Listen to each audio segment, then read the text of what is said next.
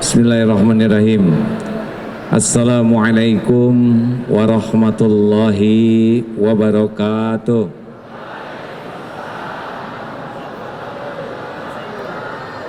Mari ikuti subhanallah walhamdulillah wala ilaha illallah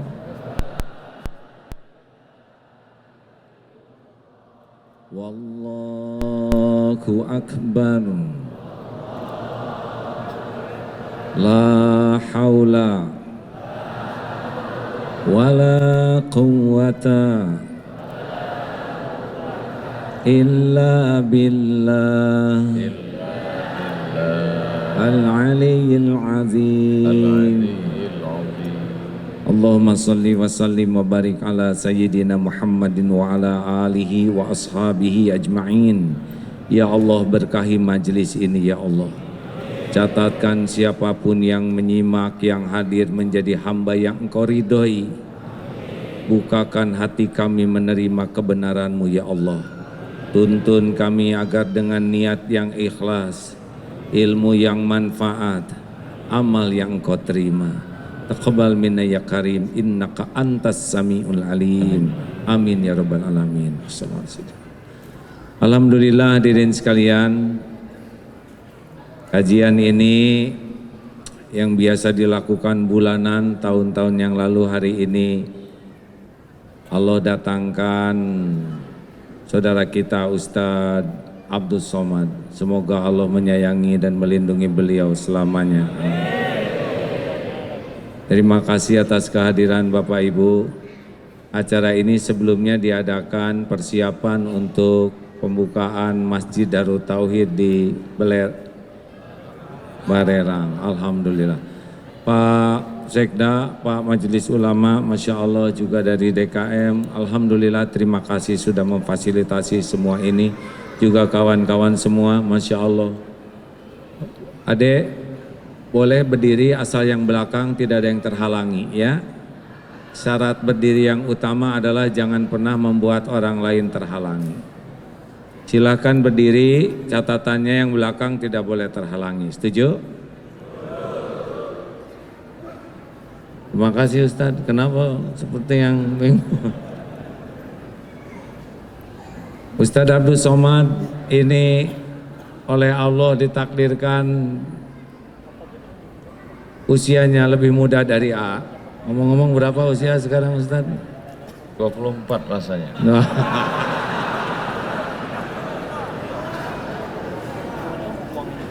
Saya 58, beliau 43. Tadi kan 43 Ustaz ya.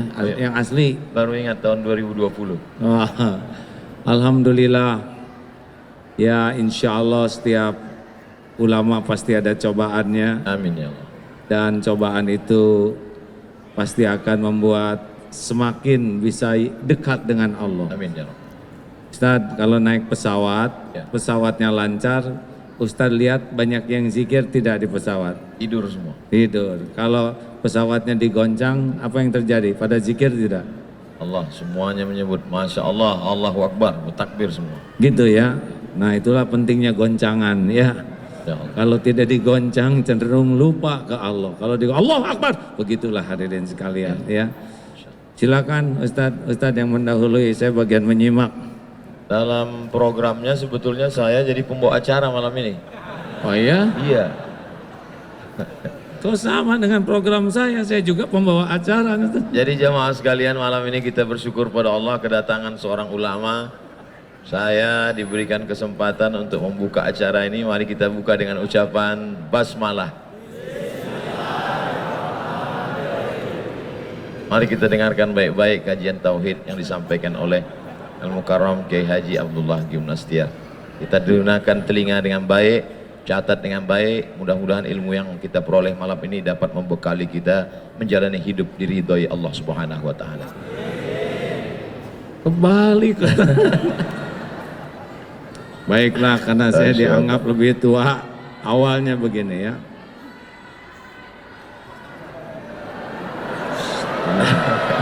Hei, Dengar. Jangan pernah berbicara sesuatu yang tidak ada manfaat. Tidak terdengar?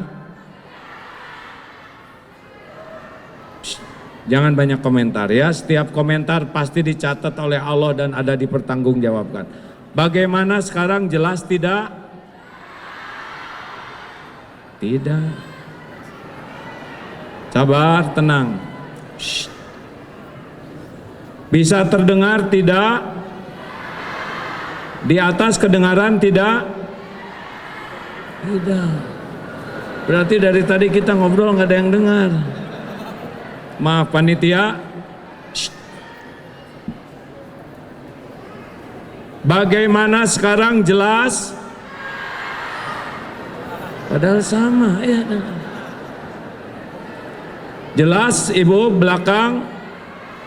Apakah Allah Subhanahu wa ta'ala sedang menyaksikan pertemuan ini? Yakin? Apakah Allah mendengar apapun yang terucap? Apakah Allah tahu apa yang ada dalam pikiran kita? Apakah Allah tahu isi hati kita? Apakah Allah Subhanahu wa ta'ala tahu persoalan yang sedang kita hadapi? Yakin? Kalau seorang hamba berkeyakinan seperti itu setiap saat, merasa ditatap Allah, merasa didengar Allah, merasa diketahui pikiran dan hatinya oleh Allah, dan yakin masalah yang dihadapinya juga dalam kekuasaan Allah, kira-kira seperti apa orang tersebut? Tenang atau gelisah? Akhlaknya baik atau buruk? Masalah kita umat Islam kepada Allahnya itu kadang-kadang hanya sampai di lisan, belum sampai di hati dengan yakin. Sedikit Ustadz izinkan membuka acara ini ya, nanti Ustadz yang menyampaikan aslinya. Kedengaran ke atas? Alhamdulillah. Kenapa umat Islam belum seindah akhlak yang diharapkan oleh Rasulullah Sallallahu Alaihi Wasallam? Satu, karena banyak di antara umat Islam belum belajar tentang indahnya Islam. Lebih banyak melihat, mendengar pelajaran yang tidak sesuai dengan tuntunan. Satu. Yang kedua, kenapa umat Islam akhlaknya, perilakunya belum seindah semestinya? Yang kedua, karena kita sering belajar agama ke majelis taklim, tapi belum tentu niatnya ingin dekat dengan Allah. Tidak jarang datang ke sekolah Islam, kampus Islam, pesantren, tapi yang dicarinya dunia, ingin gelar, pangkat, jabatan dari agama. Padahal ilmu agama ini justru untuk membuat dekat dengan Allah. Sampai ada seorang suami yang mengeluh, istri saya ke pengajian seperti makan obat, sehari 3 kali. Tapi perubahan yang nyata itu baru pada seragamnya, belum pada perilakunya. Dan peningkatan yang jelas itu pada cicilan, belum pada iman. Kenapa? Sangat boleh jadi belajar agamanya belum dengan niat ingin bisa dekat dengan Allah. 3, kenapa kita semua belum seindah semestinya? Karena seringkali belajar agama kita amalkan, tapi amalnya baru sibuk amal lahiriah. Seperti sholat isya tadi, kita datang ke masjid, kita sholat, ruku, sujud, lahirnya kita taat, tapi hati belum tentu kita ingat ke Allah. Benar? Halo. Jadi kadang-kadang kita sibuk dengan amalan lahir tapi lalai ke amalan hati. Bahkan tidak jarang ilmu dan amalan kita justru mengotori hati. Jadi ujub, jadi takabur, merasa paling benar, merasa paling soleh. Justru karena ilmu dan amal yang kita lakukan. Padahal Allah subhanahu wa ta'ala, innallaha la yanzuru ila suwarikum wa amwalikum walakin yanzuru ila qulubikum wa a'malikum. Allah, sesungguhnya Allah tidak melihat rupa dan hartamu, tapi Allah melihat hati dan amalmu. Seharusnya kita belajar agama dan mengamalkan agama itu membuat hati jadi makin bersih, amal makin melimpah. Demikianlah pendahuluan dari acara kajian malam ini. Penjelasan selanjutnya oleh Ustadz Abdul Somad. Baik, alhamdulillah kita baru saja mendengarkan sesuatu yang menyentuh hati. Sebentar. Masya Allah. Gimana perasaan jamaah malam ini bisa berkumpul dengan Kiai Haji Abdullah Gim Nastiar? Senang apa lapang hatinya? Saya terus terang bisa satu majelis dengan beliau. Dulu saya nonton TV dari pagi sampai siang, sampai malam, sampai pagi lagi beliau terus. Tidak pernah terlintas di pikiran saya bisa satu majelis dengan beliau. Allahu Akbar. Ketika orang memuji A.A. Gim tampil di seluruh TV, bagaimana cara A.A. Gim bisa meluruskan niat dan membersihkan hati? Ini mah jadi bulak-balik begini hadir. Dulu Ustadz, Ya. kita ngobrol aja lah ya. Baik. Dulu tidak pernah menyangka akan menjadi posisi seperti ini. Ya. Tetapi entah bagaimana takdirnya tiba-tiba menjadi dikenal sebagian orang. Allah. Padahal secara keilmuan belum siap dan ada lagi yang belum siap. Keimanan belum siap. Jadi ketika makin populer, makin di banyak tampil, ternyata saya kehilangan yang sangat besar. Yaitu rasanya kehilangan kedekatan dengan Allah dibanding sebelum dikenal orang. Jadi ustadz populer malah jauh dari Allah. Ya, itu sampai tahun 2006. Sebelum Allah memberikan karunia, ditegur, diingatkan, sehingga alhamdulillah mudah-mudahan sekarang sudah bisa lagi nginjak bumi. Kalau dulu jadi terbang kayak balon gas karena ketipu atau tidak siap dengan popularitas. Gitu Ustadz. Sekarang gimana Ustadz jadi orang populer, Han? Ini pas umur saya dulu Pak. Saya dulu mulai diuji popularitas umur 39, 38, 39 mulai di TV. Ustadz sekarang lagi populer-populernya nih.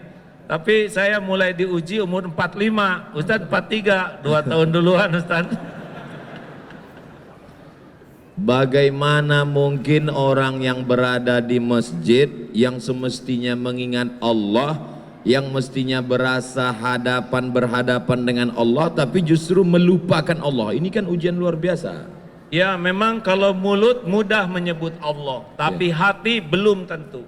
Dan bahayanya penceramah model kita Ustadz, ya. Kalau orang awam, Wali, alhamdulillah nih tuan rumah.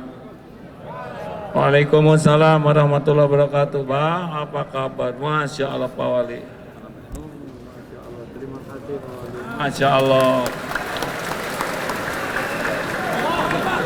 Ya. Lanjut, mau ikut gabung sini Pak Wali. Makasih Pak Wali, alhamdulillah. Beliau harus banyak didoakan karena jadi orang yang ditakdirkan diberi amanah berat di Batam ini, betul? Jadi kalau lihat pejabat tuh harus kasihan, ya. jabatannya tidak lama di dunia, tapi hisabnya lama di akhirat. Makanya doakan, doa. Jangan hanya menuntut, yang penting mendoakan. Betul Pak Wali? Masya Allah. Ada sebagian orang ketika dia diuji dengan sakit, dia katakan saya sedang diuji. Diuji dia dengan kemiskinan, dia katakan saya sedang diuji. Tapi ketika dia punya popularitas, punya jabatan, dia menganggap ini nikmat. Logika berpikir seperti ini betul atau keliru? Salah. Oh, jadi saya yang jawab terus. Jadi justru ujian yang ada puji, ada caci. Ya. Ujian yang terberat itu pujian. Kenapa berat? Karena pujian ini cocok dengan yang nafsu sukai. Oh. Jadi kalau nafsu suka, itu lebih berat. Ya. Tapi kalau nafsu tidak suka, itu cenderung yang lebih dekat yang Allah sukai. Seperti tidur. Tahajud atau tidur, pasti nafsu sukanya tahajud atau tidur? Tidur. Nah, makanya itu lebih berat. Ya. Jadi dipuji itu lebih berat daripada dicaci. Karena kalau dipuji kita sudah suka jadi merasa seperti apa yang dikatakan orang. Wah, Ustadz Abdul Somad soleh, wah itu lebih bahaya daripada Ustadz perbaiki dong. Nah itu lebih bagus. Berarti kalau gitu kita lebih berusaha mencintai haters daripada lovers. Ya lover dicintai, haters juga dicintai. Masya Allah. Karena tidak rugi kita dikritik orang. Yang rugi itu sebetulnya kalau terpedaya oleh pujian orang. Sekarang bagaimana rasanya Ustadz jadi orang terkenal? Masya Allah, tabarakallah. Kita sedang disadarkan bahwa selama ini kita salah melihat hidup. Selama ini kita merasa kalau sedang sakit diuji Allah. Ketika kita sedang miskin diuji Allah. Ketika kita sedang dapat jabatan, alhamdulillah saya diberi. Padahal sebenarnya juga bagian dari Dan lebih berat ujiannya. ujian jabatan. Iya. Ujian popularitas. Lebih berat Pak. Kalau orang populer seperti Ustadz Abdul Somad ini ya. Ada contoh lain enggak? Udah lagi giliran. Kalau orang tidak dikenal, bikin kesalahan bisa dia sendiri Pak. Ya. Tapi kalau model orang hampir nyebut kita, model Ustadz yang terkenal ini, Ya. bikin satu aja kesalahan, Ya. ditiru orang banyak, udah nggak tahu gimana ngejar tobatnya itu. Dosa jariah. Iya, dan terus disampaikan, apalagi sekarang dengan seperti ini lebih sensitif lagi. Allah. Makanya siapapun, dan orang terkenal itu bukan karena maunya orang, karena maunya Allah. Ujian, tidak usah ingin terkenal, dan kalau nggak ada takdirnya nggak akan pernah terkenal. Tapi yang udah ditakdirkan terkenal, harus obat habis-habisan, supaya tidak terpedaya oleh keterkenalannya. Gitu. Bagaimana memanage hati kita supaya kita tidak terpedaya oleh setan yang luar biasa? Jadi terbalik, ini tidak sesuai rencana saya. Rencana saya mau dengerin Ustadz ceramah. Saya sedang belajar ilmu tauhid. Bagaimana mensucikan hati? Gimana jamaah? Gimana Membersihkan nih? hati. Tidak boleh mengadu ke jamaah. Oh gitu ya. Aneh pada saya tuan rumahnya. Begini Ustadz, kata guru saya, kalau kita sedang diuji dengan dihormati orang lain, Ya. pokoknya kalau orang menghormati kita pasti minimal dua hal. Satu, yang dipuji oleh orang itu pasti karunia Allah. Ya. Wah ini pintar, pasti karunia Allah. Ya. Wah ini hebat, pasti karunia Allah. Wah ini kaya, pasti karunia Allah. Pokoknya kalau orang muji kita, yang dipuji itu pasti pemberian Allah. Pemberian Itu yang pertama. Jadi kita harus tahu, oh ini yang dipuji pemberian Allah. Yang kedua, kenapa kita dipuji orang? Karena Allah menutupi aib, dosa, kejelekan dan kekurangan kita. Nah kata guru saya, kalau kita sedang dikagumi orang, dipuji orang, sibuk lihat apa yang Allah tutupi daripada sibuk menikmati pujian penghargaan orang. Masya Allah, tabarakallah. Jadi sebenarnya ketika kita sedang dimuliakan, diagungkan, dihormati, disanjung tinggi, sebetulnya bukan prestasi kita, tapi karena pemberian pinjaman Allah, dan Allah menutupi aib cacat kita. Benar, dan itu ujian lebih berat daripada nggak ada yang muji. Kenapa Allah tidak buka Itu semua karena sayang Allah kepada kita. Sayang Allah. Mungkin doa orang tua, mungkin kita pernah nolong seekor kucing, mungkin kita pernah ngasih minum burung, dan Allah suka dengan kebaikan kita yang kita tidak merasa hebat dengan kebaikan itu, tapi Allah suka. Biasanya orang bicara tentang masalah dunia ini, dia melihat yang di luar, ekonomi, politik, sosial, budaya. Tapi AA lebih mengajak kita untuk melihat ke dalam. Sebenarnya masalahnya ada di dalam hati kita. Mengapa? Lah kan jelas sekali Ustaz, innallaha la yanzuru ila suwarikum wa amwalikum walakin yanzuru ila qulubikum wa a'malikum. Allah tuh tidak lihat rupa dan harta, tapi Allah melihat hati dan amal. Ustaz maaf ya, mungkin Ustaz lebih hafal tentang dalil yang 3 dihisab pertama. Ya. Yang pertama mujahid, yang merasa berjuang sampai terbunuh di medan perang. Dan ketika dihisab ditampakkan nikmat, dia mengakuinya. Apa yang kau lakukan? Ya Allah, saya sudah berjuang sampai saya mati di medan perang. Saya lakukan lillahi ta'ala. Apa Allah menjawabnya? Kadzabta, dusta kamu, bohong kamu. Kamu berjuang karena ingin dianggap pemberani dan sudah engkau dapatkan pujian itu. Akhirnya dia diseret, tertelungkup, masuk ke dalam neraka. Bukan kurang perjuangannya, bukan kurang pengorbanannya, bukan kurang pengakuannya, yang kurang cuma satu, hatinya lebih suka dipuji oleh manusia daripada kedudukan di sisi Allah. Walaupun dalam pandangan manusia dia seorang mujahid, mati jihad fisabilillah, berdarah-darah. Iya, tapi Allah kan tahu hati orang. Yang kedua, orang yang belajar agama dan yang mendakwahkannya seperti Ustadz Abdul Somad, Ustadz yang lain, Ustadz. Belajar sampai ke Mesir, sampai ke Maroko. Itu yang kedua. Merasa lama di Arab. Aduh. Padahal onta lebih lama. Yang kedua. Yang ketiga kita akan lanjutkan setelah yang satu ini. Minum dulu. Minum dulu Ustaz. Ini lagi seru-serunya kita minum. Fadhal. Saya.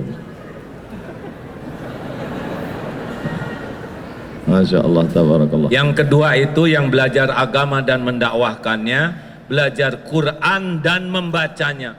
Tidak semua ke surga. Jadi jangan kaget kalau di akhirat, na'udzubillahi min zalik, ada ulama yang terkenal di dunia tapi tidak ke surga. Ilmunya luas, dalilnya bagus, baca Qurannya fasih, hafal Quran, tapi ketika dihisab, kadzabta, dusta kamu. Kamu belajar agama dan dakwah karena ingin dianggap alim, dianggap ulama, dai, kondang, dan sudah engkau dapatkan di dunia, diseret tuh ke neraka. Engkau ingin dianggap qori dan sudah engkau dapatkan. Tidak kurang ilmunya, tidak kurang Qur'annya, yang kurang satu saja. Apanya Ustaz? Keikhlasan hati. Hatinya. Jadi nggak cukup kita sibuk beramal kalau tidak mujahadah membersihkan hati, dan cuma satu penyebabnya, dia senang dengan kedudukan di sisi manusia dengan menggunakan amalan akhirat. Itu yang membuat Allah marah. Mencari kedudukan dunia dengan berbagai macam bunga-bunga keindahannya, justru dengan amal akhirat. Ya, itu yang membuat Allah. Padahal yang diinginkan Allah, tundukkan dunia untuk memperoleh akhirat. Iya, coba jelaskan itu Ustaz. Yang ketiga, ini saya sering cerita ini antara dunia dan akhirat ya. Mana yang kira-kira lebih tidak disukai Allah? Bu, akhwat, mana yang berbahaya bagi seorang wanita? Ingin kelihatan cantik atau ingin kelihatan solehah? Jangan ini aja ke sini, Ustaz. Mana yang bahaya bagi seorang wanita? Ingin kelihatan cantik atau ingin kelihatan solehah? Harus kita voting nampaknya. Oh gitu. Mungkin mereka ingin kelihatan cantik. Karena oleh sebab itu maka karena banyak lelaki ingin perempuan itu lebih cantik daripada ingin solehah, makanya perempuan lebih banyak mempercantik diri daripada mempersolehah diri. Wah, benar. Saya baru dapat dari grup WhatsApp. Oh gitu. Tapi yang bahaya tuh ingin kelihatan solehah. Kalau wanita ingin kelihatan cantik, fitrahnya. Ya. Kalau lelaki ingin kelihatan cantik, LGBT ya. Bolehkah Bu, wanita ingin kelihatan cantik? Jawab, boleh tidak? Yang mantap boleh tidak? Untuk siapa? Suami siapa? Masya Allah, tabarakallah. Istighfar ibu-ibu. Kalau wanita ingin kelihatan solehah, pasti menggunakan hak Allah. Jadi lebih nunduk, subhanallah, subhanallah. Yang harusnya zikir untuk Allah, tapi dia ingin dipuji oleh orang ahli zikir. Dan itulah yang membuat Allah marah, karena dia menggunakan amalan hak Allah untuk cari pujian manusia. Itulah sebabnya ustadz, ulama, qori'ah berbahaya. Giliran ustadz, ya. Jelaskan Ustadz, jangan nanya terus. Ketika sekarang orang berbicara tentang masalah ancaman-ancaman yang luar biasa, disintegrasi bangsa, kemudian bully pada ulama, kemudian dengan berbagai macam masalah. Sebetulnya masalah ini di luar atau masalah manusia ini di dalam?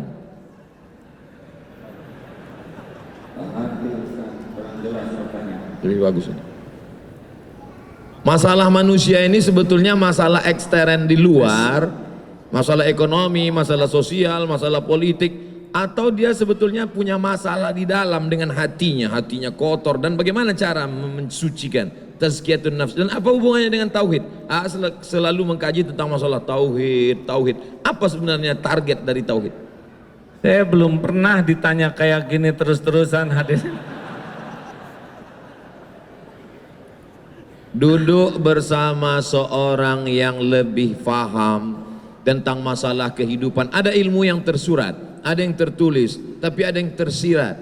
Inna fi khalqis samawati, dalam penciptaan langit, tidak tersurat, tidak ada dalam tulisan, tidak dikatakan oleh ulama, tapi dia dapat ditangkap. Ittaqu firasatal mu'min, takutlah kamu pada firasat orang beriman. Fa innahu yanzuru binurillah, dia bukan memandang dengan matanya, tapi dia dengan memandang dengan pandangan Allah yang diberikan Allah pinjaman kepada dia. Maka duduk sejenak dengan orang berilmu sama dengan duduk berjam-jam bahkan berhari-hari di perpustakaan. Kita nikmati duduk bersama dengan orang berilmu ini, maka kita ambil semuanya, mudah-mudahan jadi bekal kita di masa akan datang. Takbir. Semangat mereka. Kita dengarkan jawabannya. Tauhid. Seumur-umur saya ceramah, baru kali ini saya dipaksa menjawab begini. Ilmu yang saya dapatkan begini, mengapa Rasulullah SAW diutus ke bumi? Innama bu'itstu liutammima makarimal akhlak. Sesungguhnya hamba diutus ke bumi hanyalah untuk menyempurnakan kemuliaan akhlak. Beliau bersimbah keringat, air mata, bahkan darah, agar kita semua memiliki akhlakul karimah. Karena semua masalah itu gara-gara akhlak yang buruk. Politik itu tidak ada masalah, tapi menjadi masalah kalau berpolitik dengan akhlak yang buruk. Ekonomi itu juga tidak masalah, tapi jadi masalah kalau akhlak buruk. Dalam rumah tangga juga yang jadi masalah itu adalah akhlak. Benar? Ada ikhwan yang belum nikah? Maaf, akhwat ada yang belum nikah? Coba dengar ini ya, akhwat khusus bagi yang belum nikah, yang udah terima apa adanya ya. Akhwat, maukah punya suami yang rupawan? Jawab. Sudah rupawan, pinter, mau? Sudah rupawan, pinter, banyak uangnya, mau? Tapi akhlaknya bejat, mau? Jelas? Ada harapan untuk saudara-saudara ya, yang kurang rupawan, kurang pintar, kurang duit, asal akhlak mau, akhwat, betul? Coba ikhwan, maukah punya istri rupawan? Udah rupawan, pintar? Udah pintar, banyak uangnya? Tapi akhlaknya mulia? Dengar akhwat, suara terkeras bukan masalah rupa, tapi masalah akhlak, benar? Nah, akhlak itu menurut ilmu yang saya dapatkan pilarnya 2. Jadi kalau orang ingin berakhlak baik meniru Rasulullah, itu pilarnya dua. Satu, kepada pencipta, kepada Allah Subhanahu wa Ta'ala, benar bersih tauhidnya. La ilaha illallah, tiada ilah selain Allah. Hatinya itu tidak menuhankan apapun selain Allah.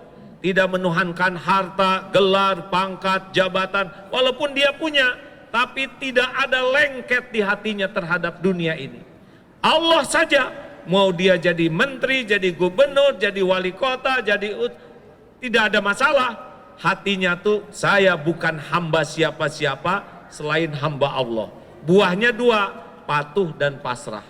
Cirinya juga dua, roja dan khaufnya kepada Allah. Itu tauhid.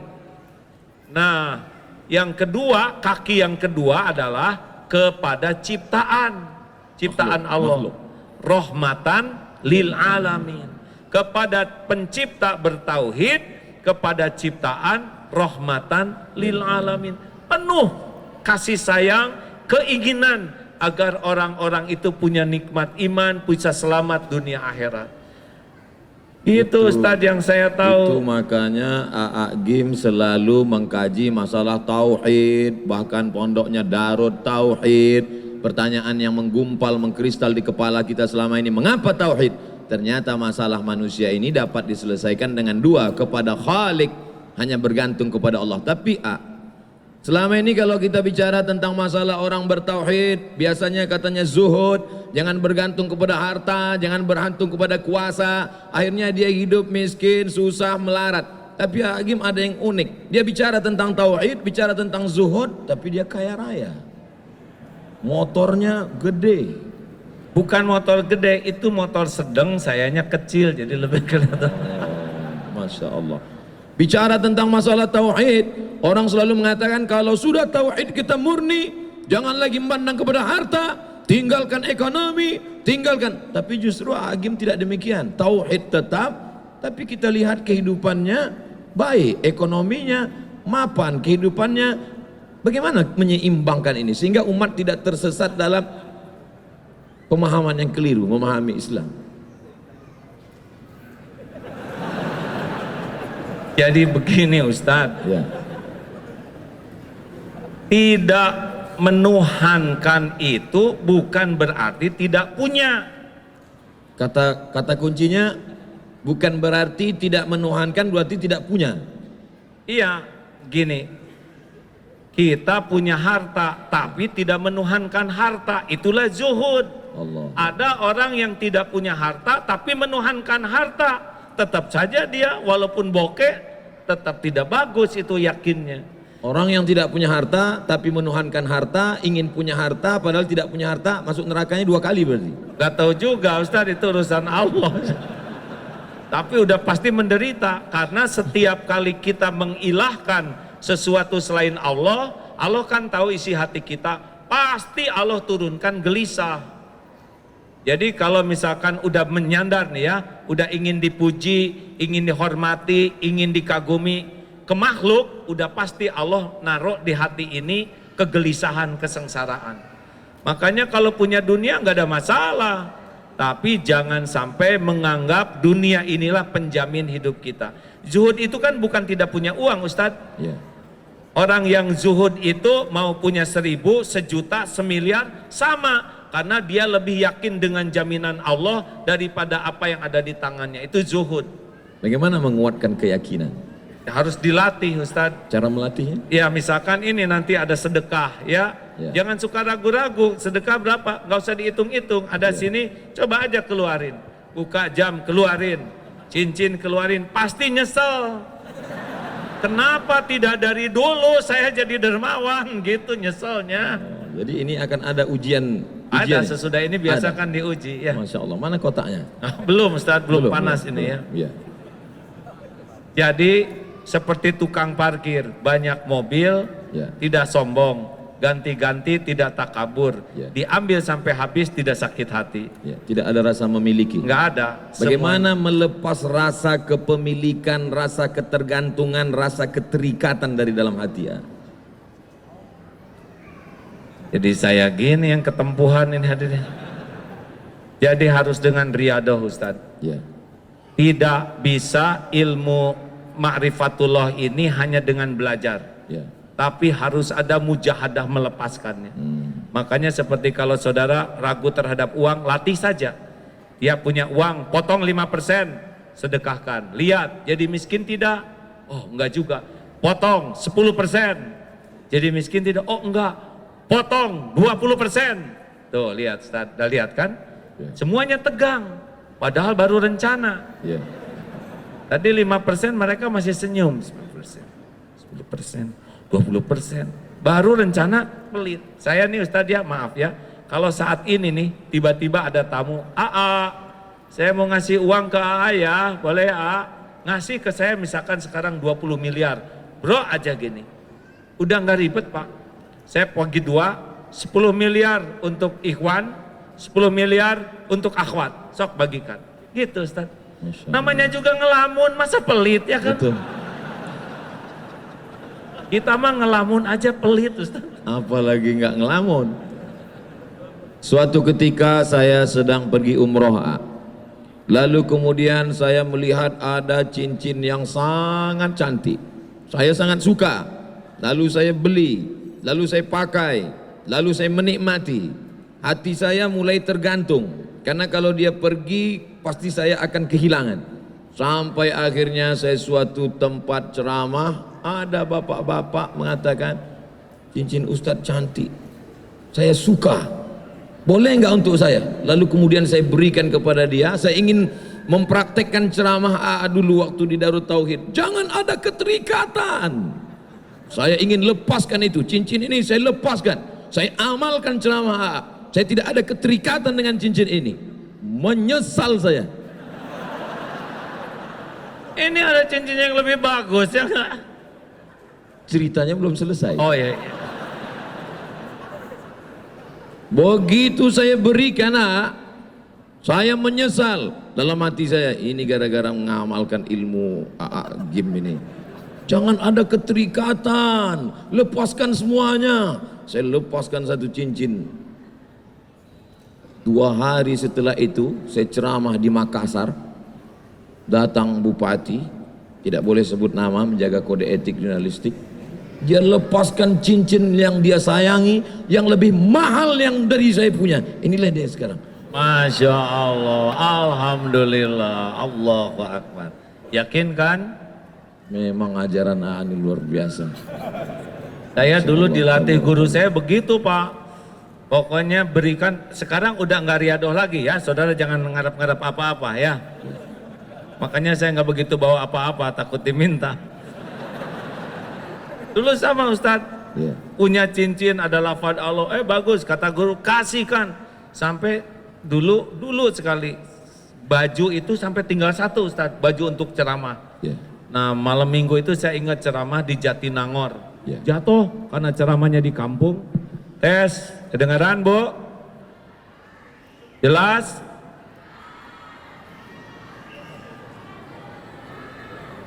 Dari tadi tidak kedengaran. Yang sebelahnya gini, yang sebelahnya gini, gimana? Jelas sekarang? Ya memang hidup tidak mungkin memuaskan setiap orang. Nah hadirin, saya ingat tuh Ustadz, pada subuh, waktu itu saya masih tinggal dengan orang tua. Sedih karena pagi harus ceramah, tapi baju tidak ada karena yang semalam kotor. Ya Allah, saya sudah berusaha ngamalkan perintah guru saya, dan sekarang saya nggak punya baju ganti untuk ceramah. Masya Allah tuh pada subuh, datang tuh tamu bawa baju batik 2 seperti ini, safari. Belum pernah saya punya baju batik. Tolong pakai ini, saya beli tapi kekecilan, mungkin dia cocok 2 sekaligus tuh. Alhamdulillah, Allah ilhamkan beli tapi dibikin kekecilan sehingga ngepasnya buat saya. Jadi benar-benar tidak akan pernah balasan dari Allah itu mengecewakan. Gimana kalau ketika memberi itu ada harapan dalam hati, mudah-mudahan Allah balas, Allah ganti, boleh nggak? Boleh, karena ngarap-ngarapnya dari Allah. hanya levelnya belum level bagus. Kalau level yang paling bagus VVIP tanpa ada harapan sama sekali. Allah udah tahu kita berharap di hati kecil, ya. Allahu Akbar. Kan lintasan hati, wa huwa alimum bidatis sudur wa asiru qaulakum awijharu bi innahu alimum bidatis sudur. Mau engkau rahasiakan kata-katamu, mau engkau keraskan seperti ini, sesungguhnya Allah tahu isi hati. Al-Mulk 13. Ya. Allahu Akbar. Sulitkah bagi Allah Subhanahu wa taala memberikan yang kita minta? Kenapa Allah tidak pernah mengabulkan semua keinginan kita? Apa rahasia di balik itu? Karena belum tentu baik yang kita inginkan. Wa asa an takrahu syai'a wa huwa khairul lakum wa asa an tuhibbu syai'a wa huwa syarrul lakum. Boleh jadi engkau tidak suka, padahal baik menurut Allah bagimu, dan boleh jadi engkau suka padahal buruk menurut Allah. Wallahu ya'lamu wa antum la ta'lamun. Jadi kekeliruan kita selalu menginginkan Allah ikut nafsu kita. Benar Ustaz. Padahal semestinya kitalah yang menurut Allah. Sebetulnya tidak penting keinginan kita itu, yang terpenting keinginan Allah yang terjadi pada diri kita. Bagaimana caranya menundukkan keinginan kita mengikut kehendak Allah ketika yang kita inginkan tidak tercapai, hati kita tetap lapang plong. Gimana caranya? Ya Allah, belum pernah sepanjang saya ceramah jadi terdakwa begini. Santri di Darul Tauhid mah nggak ada yang berani kayak gini, Ustaz. Nggak apa-apa begini hadirin, sebetulnya saya mau dengerin ceramah beliau ini. Setuju tidak begini atau saya balik aja? Jadi Ustadz, apa pertanyaannya tadi? Selalunya kita menginginkan Allah mengabulkan keinginan kita. Ketika Allah tidak memberi apa yang kita inginkan, lalu kita merasa sempit, sulit, marah. Bahkan tidak sedikit dari orang marah kepada Tuhan. Na'udzubillah. Bagaimana kita menundukkan keinginan kita mengikut kehendak Allah dengan hati yang lapang? Memang ini tauhid. Kalau kita tahu Allah Maha tahu yang terbaik bagi kita, kita tidak akan ngotot dengan keinginan kita. Kita pasti melakukan dua hal. Satu, musyawarah dengan orang yang ahlinya. Yang kedua, istiqoroh. Tugas kita kan cuma 3. Meluruskan niat, menyempurnakan ikhtiar, dan pasrahkan kepada Allah. Kita ini hamba, tidak berhak mengatur Allah. Kita ini hanya melurus. Tugas kita kan bukan menentukan sesuatu. Tugas kita tuh niatnya lurus, lillahi ta'ala, ikhtiarnya maksimal di jalan Allah. Dan yang ketiga, kalau baik silahkan, kalau tidak baik jangan. Mungkin praknya ini yang penting tuh Ustaz. Kalau orang tidak pakai prolog niat cara yang benar dan tawakal, pasti luka. Ini kan prinsip luka di hati itu kan karena melekat. Seperti perangko melekat di amplop, ketika dicopot robek dia. Nah, kemelekatan hati kita, lengketnya hati dengan sesuatu, itulah yang bikin kita banyak sakit hati. Karena melekat. Melekat, kayak pengen dipuji, orang tidak muji, sakit hati. Pengen dihormati, orang tidak menghormati, sakit hati. Gitu. Keinginan sumber penderitaan. Oh ya? Iya benar juga. Ada lagunya itu. Coba Ustadz jelaskan lagu keinginan sumber penderitaan. Semakin besar keinginan, semakin besar hawa nafsu, semakin besar kekesalan dan penderitaan ketika tidak terkabul. Karena kita sudah membuat suatu obsesi-obsesi besar.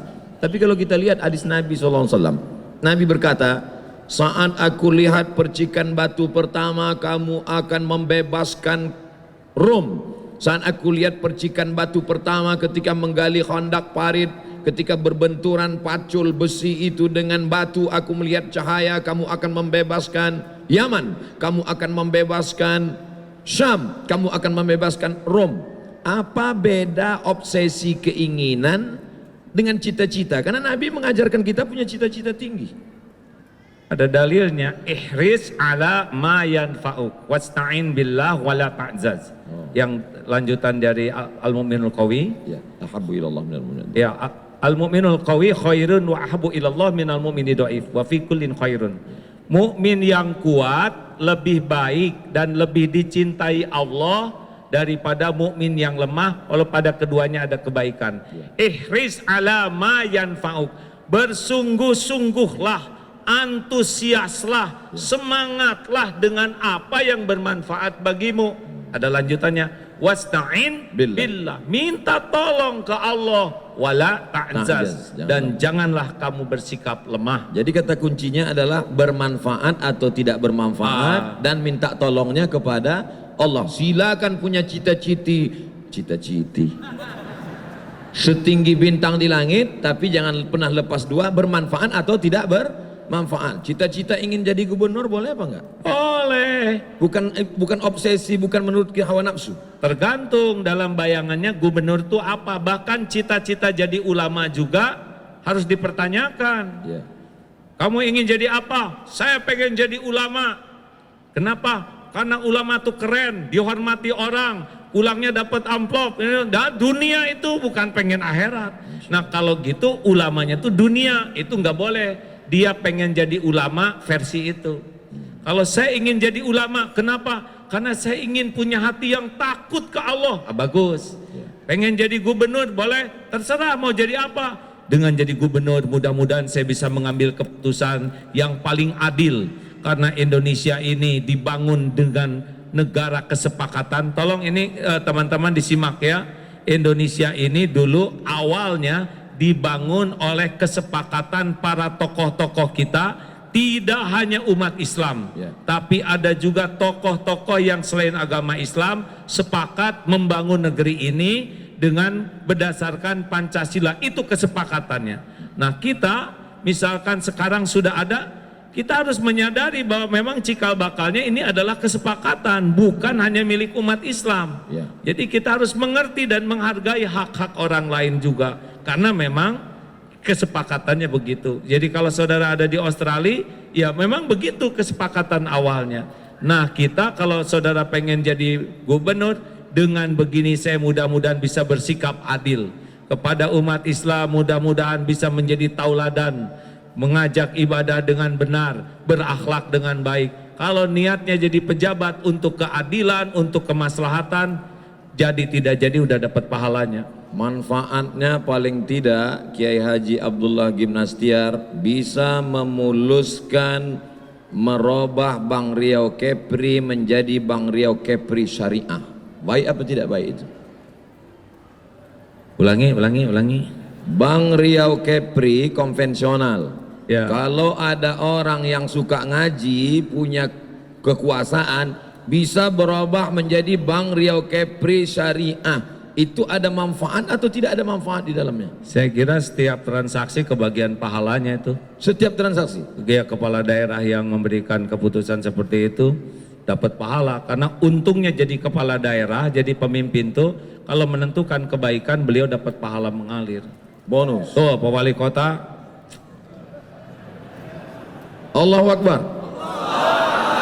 Masya Allah, tabarakallah. Tadi saya sempat cemas ketika AA ngomong menjadi pejabat itu jabatannya nggak lama, tapi hisapnya di akhirat lama. Saya khawatir orang yang ngaji jadi takut. Makanya diteruskan dengan begini, jadi beliau tenang. Yes. Pak Wali sekarang lebih senyum sesudah mendengar barusan pahalanya. Allah, tabarakallah. Jadi kita kalau lihat pemimpin hadirin, kalau tinggal satu doa nih ya, yang harus kita minta doa buat siapa nih? Doakan pemimpin. Andai doa itu cuma satu saja. Iya. Kenapa nggak minta doa untuk kita supaya jadi istiqomah? Iya itu juga. Jangan bikin saya dalam posisi sulit. Gini, kalau kita mintakan selalu, ini tinggal satu doa. Doakan dan bakal diijabah. Doakan pemimpin menjadi pemimpin yang adil. Karena kalau adil banyak orang yang dapat merasakan manfaat. Allahu Akbar. Allah marzuqna imaman adila, berikan kami pemimpin yang adil dan amanah. Amin ya Allah, amin ya rabbal alamin. Kenapa AA nggak mau jadi pemimpin? Saya pemimpin. Iya. Pemimpin rumah tangga. Gubernur Jawa Barat. Udahlah bagi-bagi tugas, jangan memojokkan saya begitu. Enggak lah. Ada bagian. Jadi kan jikalau suatu urusan diserahkan kepada yang bukan ahlinya, fantazirus sa'ah, Tunggulah kehancuran. tunggulah kehancuran. Saya kan ngukur Atau hadirin. enggak mau jadi gubernur karena mau jadi presiden? Kalau mau mah nggak mau. Masya Enggak Allah, lah. tabarakallah. Tidak, alhamdulillah. Jadi saya sudah ngobrol dengan Pak Aher, gubernur waktu itu. Ya. Seperti apa sih kehidupan gubernur? Ya. Apa tanggung jawab?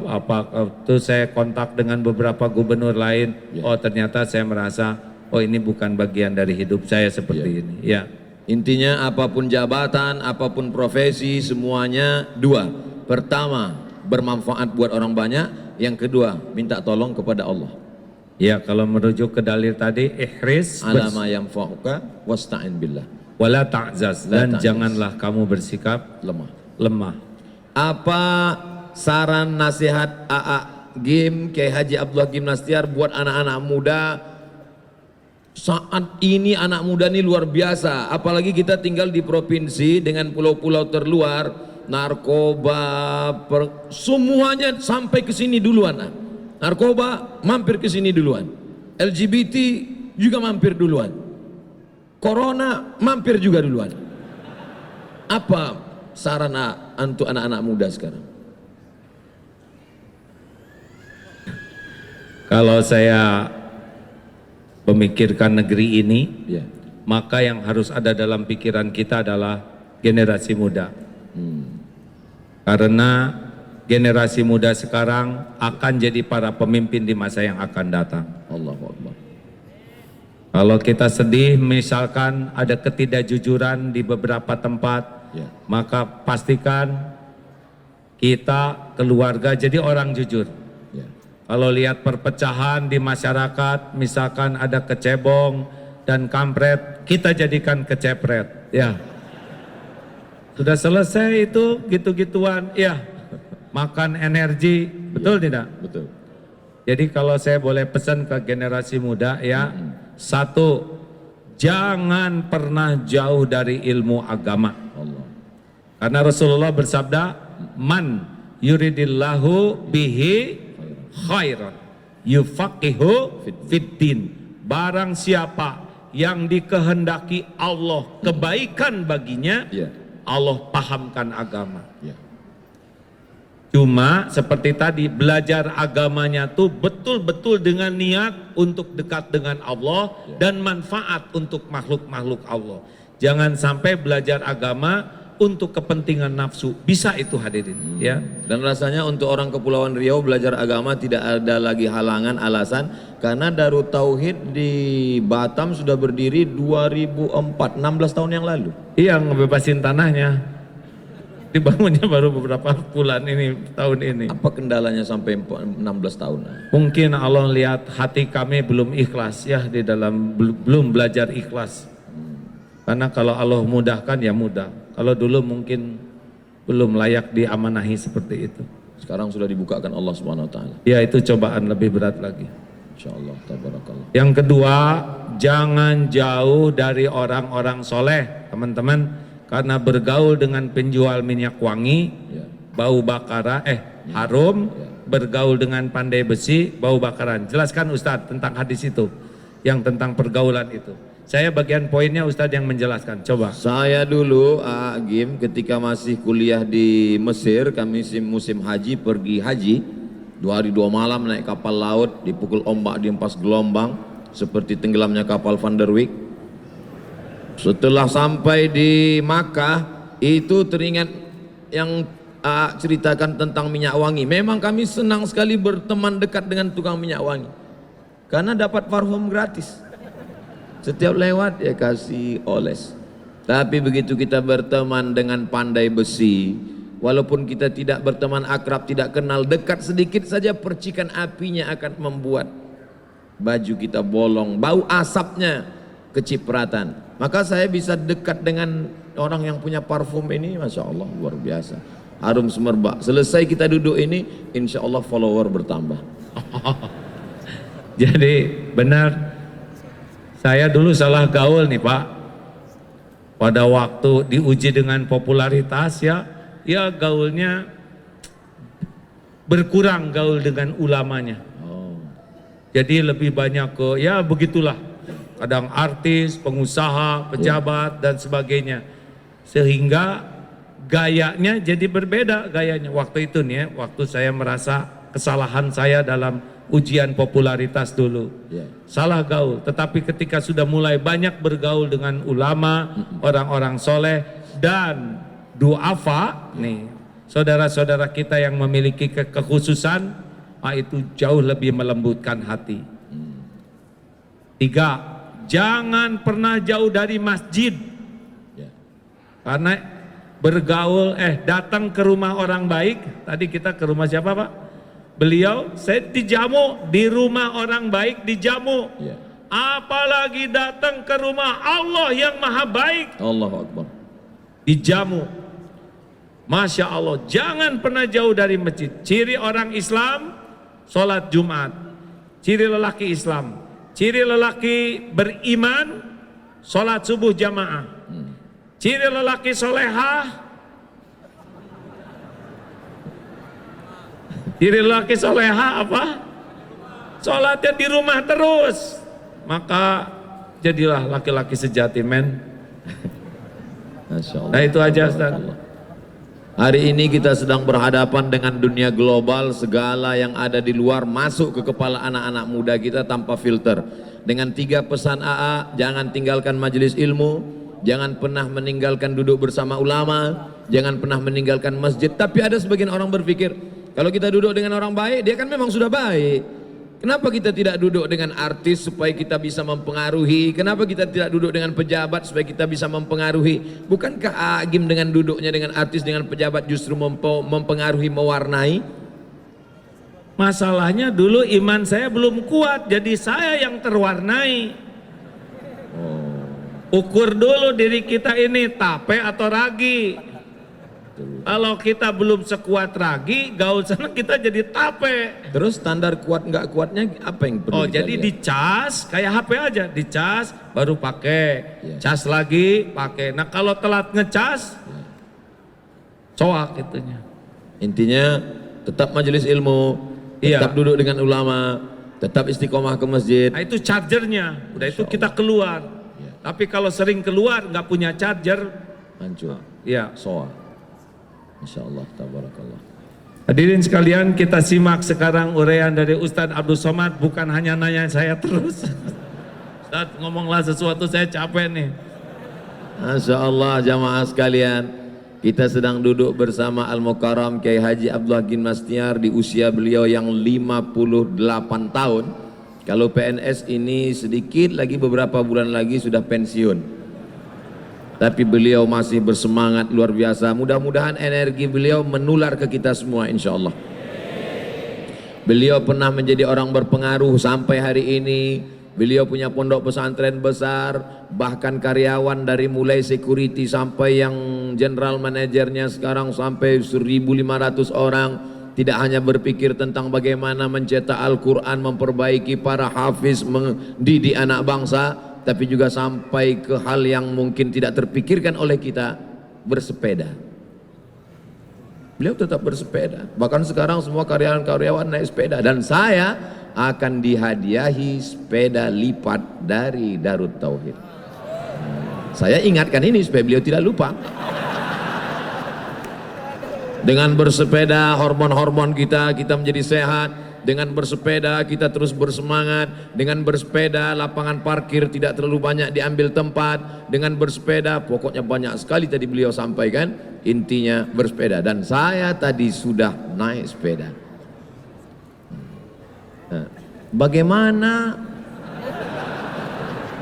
kesehatan fisik di zaman sekarang, bagaimana AA bisa menjaga kesehatan fisik sehingga hampir tidak terlintas di pikiran orang 58 tahun, seperti 1828 saja. Apa tipsnya? Apa yang membuat kita bersemangat dan sehat?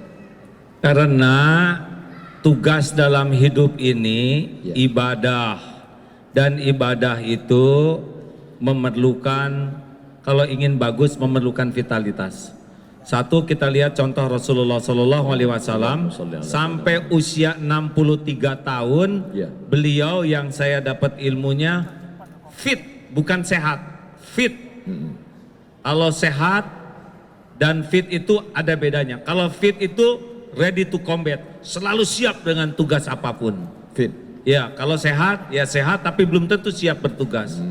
Sehingga Rasulullah SAW tahajud sampai bengkak kakinya kuat. Ya. Kalau kita bengkak jidat karena jatuh ya. Ya. Hadirin, dan Rasulullah SAW dengan kekuatan fisiknya itu manfaatnya jadi optimal. Ya. Kita tidak perlu ingin kelihatan six pack, Rasulullah six pack tuh hadirin. Tetapi kita bukan untuk dilihat orang six packnya, Ya. tapi kesehatannya membuat kita optimal di dalam mengabdi kepada Allah dan manfaat untuk umat. Kan prinsipnya kepada Allah menghamba, Ya. kepada umat berkhidmat. Dan kalau kita sehat, mudah-mudahan jadi maksimal. Pak Wali, setujukah Pak Wali kalau masyarakat Batam ini beralih dari motor ke sepeda? Sedang disiapkan Lagi Pak. Disiapkan. Iya Pak, tolong disiapkan, tadi saya hampir kesambar truk Pak di sana.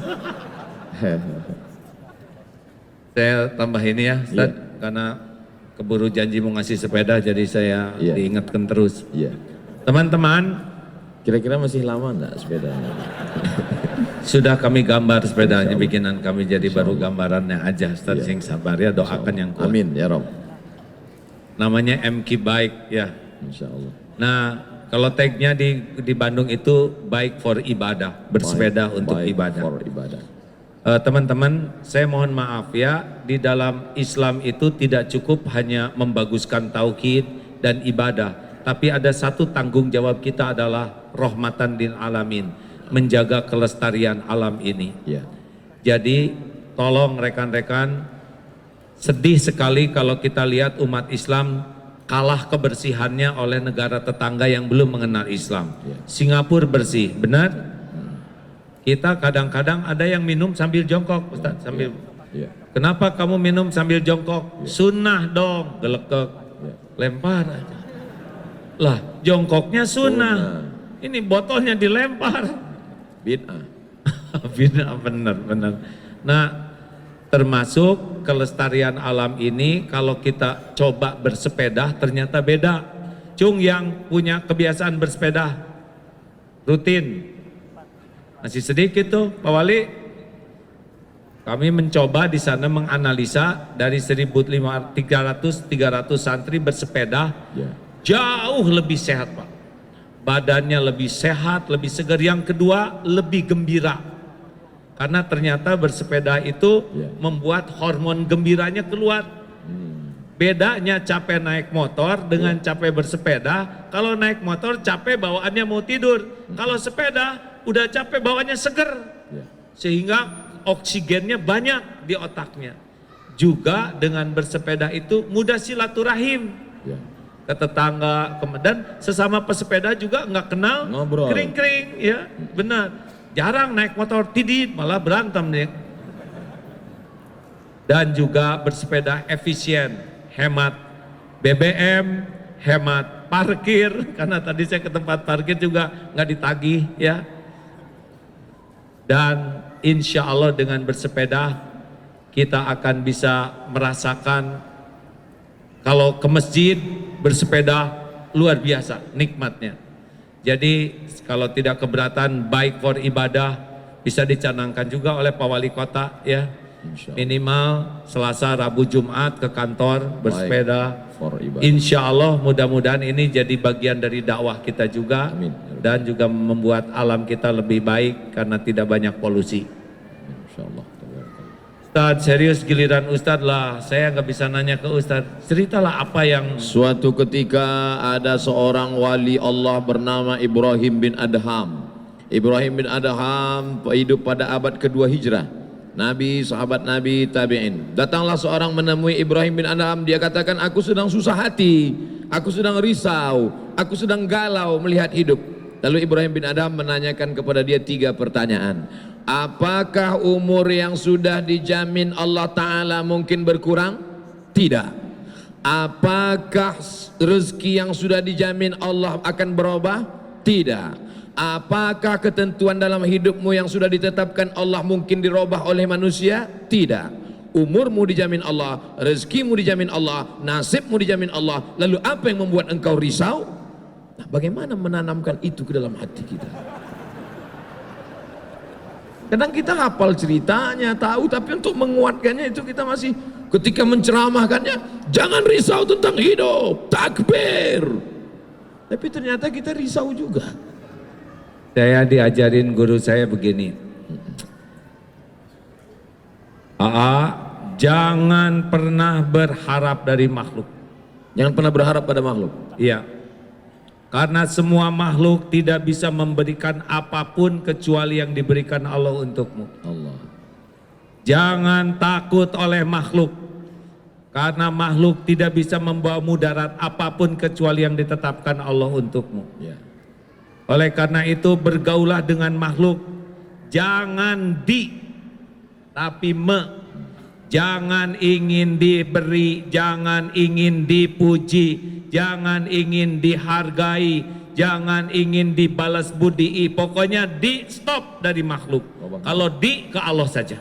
Ingin disayang Allah, ingin diberi Allah. Kalau nya ke makhluk, pasti Allah ngasih alarm gelisah. Ke makhluk itu memberi, menghargai, menghormati, niscaya hati akan jauh lebih tentram. Silakan. Insyaallah. Jadi tidak boleh berharap kepada makhluk. Gak boleh. Termasuk berharap sepeda tadi juga tidak boleh. Ya boleh. Sudah cukup aja tadi saya ngomong. Jangan diungkit-ungkit. Jangan diingat-ingat. Insyaallah. Ternyata menyakitkan. Kan Ali bin Abi Thalib karamallahu wajah pernah berkata, gimana? Dzuktul mararati kullaha walam ajid amarra minal hajati ilan nas. Benar gitu? Al haja ilan nas, berhajat pada manusia. Semua kepahitan sudah kurasakan seluruhnya. Dan tidak ada yang lebih pahit di hati ini selain berhajat, berharap kepada manusia. Ini asli Pak, guru saya itu nekankan, jangan pernah ngarep-ngarep apapun dari makhluk. Kalau kamu ngarep-ngarep, Allah tidak akan suka.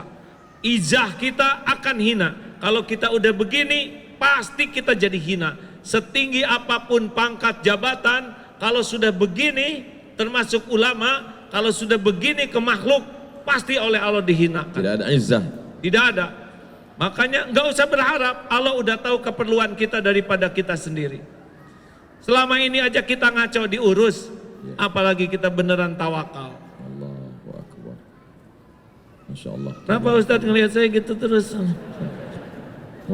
Memandang wajah ulama itu adalah ibadah. Saya juga lagi mandang Ustadz. Masya Allah. Tabarakallah. Apakah pertemuan kita ini juga diatur oleh Allah? Pasti. Tidak ada satupun yang keluar dari lauh mahfudz, tidak ada satupun kejadian tanpa izin Allah. Ada izin Allah, ada ridho Allah. Setiap yang terjadi izin Allah, tapi belum tentu Allah ridho. Tapi kalau Allah ridho, itulah yang terbaik bagi kita. Apakah ada yang hadir ke sini Allah tidak ridho? Boleh jadi ada yang niatnya salah. Karena ridho Allah itu ada pada niat dan cara yang Allah sukai. Membagi dua, yang satu izin Allah, yang satu ridho Allah. Ini yang membuat manusia sekarang sesat tapi pakai dalil. Ketika ditanya, kenapa kamu pakai sabu-sabu? Kenapa kamu berzina? Kenapa kamu minum khamar? Ustadz, ini kan atas izin Allah. Iya, tapi Allah nggak ridho, makanya Allah murka kepada dia. Tidak diridhoi Allah Subhanahu wa ta'ala. Tidak, karena ridho Allah itu ada pada niat dan perbuatan yang disukai Allah. Semua yang terjadi di alam ini atas izin Allah. Izin Allah pasti. Orang yang mabuk pun karena izin Allah. Izin Allah. Orang yang maaf berbuat dosa pun karena ada kuasa dan kudrat iradat Allah. Izin Allah. Tapi Allah tidak ridho. Allah tidak ridho. Sedangkan kita yang kita cari adalah keridhaan Allah. Ya benar. Allahu Akbar.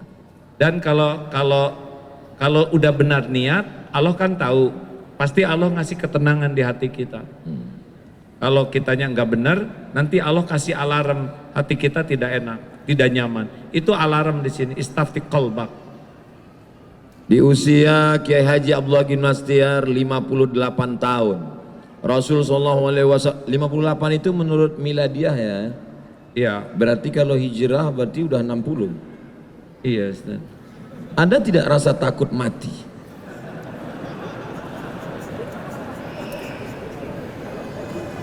Itu yang saya pikirkan terus Ustaz. Mati. Iya. Lebih banyak ingat siap matinya daripada siap hidupnya. Apa yang AA sedihkan kalau mati? Ya, saya takut belum cukup bekal pulang jumpa dengan Allah. Udah suara AA udah berubah ke kita tinggalkan cerita mati, kita cerita tentang hidup. Kalau AA diberikan umur lebih panjang, apa yang akan AA lakukan? Obsesi apa yang belum tercapai? Cita-cita apa yang akan teruskan? Seumur-umur baru saya mengalami kayak gini. Insya Allah. Kalau saya diberi umur panjang, satu, saya ingin betul-betul tobat, ya, sehingga tidak tersisa lagi dosa-dosa kecuali Allah ampuni. Karena saya tahu tidak ada yang mengancam Abdullah Gimnastiar selain dosanya sendiri. Saya tidak pernah merasa terancam oleh apapun siapapun selain oleh dosa aib yang selama ini saya lakukan, dan itu harus betul-betul. Dalam beberapa pertemuan AA selalu cerita tentang dosa. Lama-lama saya berpikir, dosa apa? Korupsi nggak ada kesempatan. Pacaran tidak mungkin. Dosa apa? Nabi SAW, wallahi demi Allah inilah astaghfiru ila rabbi, aku beristighfar kepada Allah wa atubu ilaih, bertawad kepada Allah mi'ata marrah, 100 kali sehari malam. Nabi juga bercerita tentang dosa. AA bercerita tentang dosa. Dosa apa? Dosa terbesar yang membuat Allah murka sekali adalah inna syirka la dzulmun azim. Sesungguhnya syirik itu kezoliman yang sangat-sangat besar. AA pernah ke dukun? Saya akui saya pernah ke dukun. Waktu ke Seleo saya datang ke dukun urut. Jadi syirik itu ada tingkatan-tingkatannya. Mungkin untuk orang tertentu musyriknya itu nyembah berhala.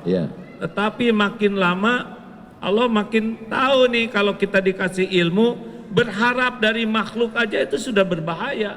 Jadi yang maksud dosa itu bukan minum khamar, bukan pakai sabu, bukan korupsi, bukan zina, tapi berharap kepada makhluk juga sudah masuk dalam kategori syirik. Yang saya harapkan hati saya benar-benar bersih dari bersandar ke siapapun selain Allah. Itu makna tauhid yang maksudnya. Kalau kata guru saya begitu. Jadi istighfar atas istighfar, misalkan astagfirullah, astagfirullah, tapi pada waktu istighfar kita tidak merasa lagi tobat, itu pun harus kita istighfari. Sholat atau ada yang minta-minta atau orang kesulitan, Allah sudah perlihatkan di depan kita, kita mampu, tapi kita lewat saja tidak nolong, itu harus kita istighfari, karena Allah sudah mendatangkan dia ke depan kita dan Allah sudah memampukan kita nolong, tapi tidak. Yang membuat dia datang lewat di depan kita Allah. Pasti Allah lah. Dan saat itu Allah sedang menguji kita dan kita menganggap itu bukan apa-apa. Ya. Dan itu menganggap sebagai dosa. Iyalah, itu kan Allah memberikan ladang amal tapi kita tidak mengamalkan. Tapi orang kan biasa melihat itu sesuatu biasa aja. Ngapain nanti lewat sini, banyak jalan yang lain. Gimana kita bisa melihat halus? Ada seorang melihat dengan mata, tapi ada orang melihat dengan mikroskop, sehingga dia melihat sesuatu yang tidak nampak dilihat orang, dia melihat. Bagaimana supaya kita halus melihat yang bukan dosa pada pandangan orang awam tapi dosa bagi kita? Menurut pandangan ulama tasawuf, hasanatul abrar sayyiatul muqarrabin. Yang menurut orang awam biasa itu biasa, tapi bagian orang yang dekat pada Allah itu sudah dianggap sebagai dosa. Bagaimana kita bisa sampai ke level itu? Gak tahu ya. Saya kan belum masuk ke level itu. Tapi ya sudah beristighfar melihat itu. Jadi suruh guru saya. Allah. Ini di dunia ini tidak ada yang kebetulan. Ya. Kita bertemu dengan orang yang menghina misalkan, itu kan dengan izin Allah juga. Kenapa sih ada orang yang menghina? Ya Allah menunjukkan kepada kita bahwa penghinaan orang kepada kita itu lebih sederhana dibanding kehinaan kita yang ditutupi oleh Allah. Jadi kalau kita dihina tuh kita syukur, karena penghinaan orang cetek sekali dibanding kehinaan kita yang asli. Seperti gunung es, sepertiga di atas itu penghinaan orang, 2/3 di bawah adalah kehinaan kita yang belum terungkap. Kayak gini nih ya, kita di sini, maaf ya, saya dan Ustadz di sini, kan kenapa Aagim dan Ustadz Abdul Somad ada di sini dan didengar oleh semua? Penyebabnya kan cuma satu, karena Allah menutupi aib dan dosa kita, tuh. Astagfirullah. Tuh, betul nggak? Pasti betul, Ustadz. Betul. Ustadz punya dosa. Saya banyak dosa yang tidak diketahui oleh umat, tapi Allah tahu. Makanya kalau kita sedang dipuji begini, yang kita ingat tuh ini tutup dari Allah. Allah menutupi aib, dosa, kekurangan. Nah itu akan membantu kita lebih peka dibanding menikmati kekaguman orang. Terakhir dari saya ya Ustadz. Yang berapa maaf? Boleh lihat Ustadz? Yang boleh ngomong terakhir itu saya, karena saya pembawa acara. Oh gitu ya Ustadz. Hapunten bahasa Sunda. Jangan nyontek. Tolong Agim jangan terlalu banyak bicara. Giliran Ustadz Abdul Somad. Masya Allah. Saya nggak baca, cuman ngomong aja. Ya gimana Ustadz? Apa saran Ustadz untuk para jamaah yang ada di sini? Saran saya kepada jamaah yang pertama, tetaplah belajar agama. Yang kedua, jangan meninggalkan ulama. Yang ketiga, tetap istiqomah di masjid. Lah itu punya saya tanya. Sengaja saya sedikitkan supaya Ustadz nambah yang lebih banyak.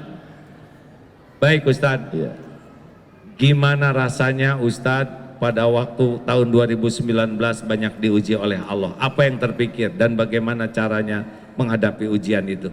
Pertama, saya dilepaskan dengan keterikatan kepada orang yang paling memotivasi hidup saya adalah ibu saya. 2019 ibu saya meninggal tanggal 18 Maret hari Ahad. Hari Senin subuh ketika saya sedang di Madura tanpa ada sakit. Andai dia sakit, tentu saya sempat lama merawat dia, menyuap makan dia, memeluk dia, mencium dia. Dan dia meninggal mendadak. Habis makan sahur malam saya tanya, makcik yang selalu bersama dengan beliau, gimana ibu saya malam itu? Kata makcik, malam itu dia tahajud, habis tahajud dia witir, habis itu dia makan sahur. Karena hari Senin dia biasa puasa sunat. Setelah habis makan sahur dia buka YouTube, dia nonton Abdul Somad. Dia tonton lama, habis itu dia pergi mandi, mau sholat subuh, kemudian berwudu. Ketika itu dia pusing, kemudian dibawa ke rumah sakit, sudah berwudu, meninggal. Saya terkejut, saya kaget, saya lupa semua ayat-ayat hadis-hadis. Tapi saya ingat Allah ingin melepaskan saya dari keterikatan saya, dari kemelekatan saya.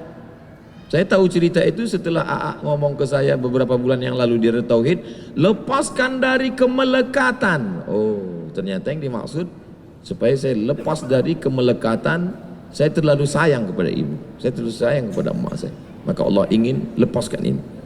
Lalu kemudian setelah itu Pilpres bulan April, saya sangat sayang dengan nomor saya itu, nomor handphone itu sangat sayang. Saya ingat di mana-mana. Allah ingin lepaskan saya dari keterikatan dengan nomor handphone ini. Nomor itu dipakai, diretas orang untuk kepentingan politik. Akhirnya semua orang dapat SMS dari saya, coblos nomor sekian. Akhirnya nomor itu tidak saya pakai lagi. Lepas dari kawan-kawan dekat-dekat, persahabatan, karena fitnah-fitnah macam-macam. Lalu kemudian saya serahkan semuanya kepada Allah. Akhirnya saya pergi ke Sudan, saya fokus menulis, saya perbaiki disertasi, saya fokus membaca kitab-kitab yang ditulis Syekh Muhammad Hashim Asy'ari dengan segala macam caci maki. Allah ingin menunjukkan pada saya, orang yang menang punya banyak kawan, orang yang terpuruk dan kalah dia punya teman sejati. Dan salah satu teman sejati itu sahabat. Sekali dia menganggap dirinya sebagai sahabat, tapi sebenarnya dia lebih layak sebagai guru, Kiai Haji Abdullah Gimnastiar. Saya lagi, Allahu Akbar. Ya. Sebetulnya saya paling sering buka YouTube beliau, ya nggak? karena banyak ilmu yang belum saya tahu dan beliau menyampaikannya. Ustadz diuji seperti itu adalah Ustadz untung lebih awal diuji seperti itu, pasti banyak hikmahnya, setidaknya belajar lebih banyak, betul? Amin. Merunduk, hati lebih merunduk, betul tidak? Memang bahaya Ustadz, populer, dikagumi orang tuh bahaya sekali, karena itu enak menurut nafsu dan bisa nagih. Makanya kalau sudah diuji dengan fitnah, penghinaan dan semua itu tidak bahaya sama sekali. Yang bahaya itu kalau kita tidak sabar, tidak ridho, tidak mengambil hikmahnya dan tidak mensyukurinya. Guru saya mengatakan begini, waktu saya dihina dulu rame-rame. Apa bahayanya dihina? Yang menciptakan siapa? Allah. Yang ngasih rezeki? Allah.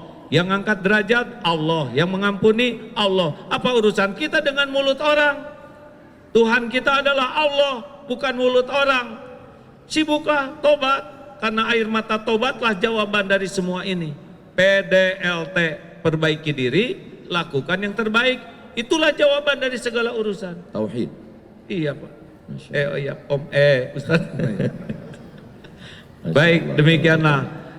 Ustaz terakhir ya. Bagaimana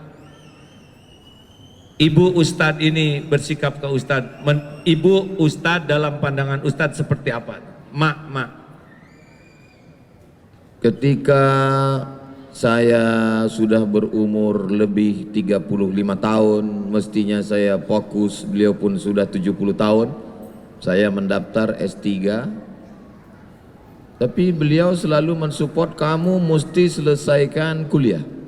Jadi beliau tidak sampai pendidikan, amat sangat pendidikan. Saya bukan termasuk anak yang baik waktu sekolah dulu. Saya lari dari pondok, kelas 1-nya lain, kelas 2-nya beda, kelas 3-nya enggak sekolah. Pernah saya 6 bulan enggak sekolah. Dia terlalu sabar mendidik saya.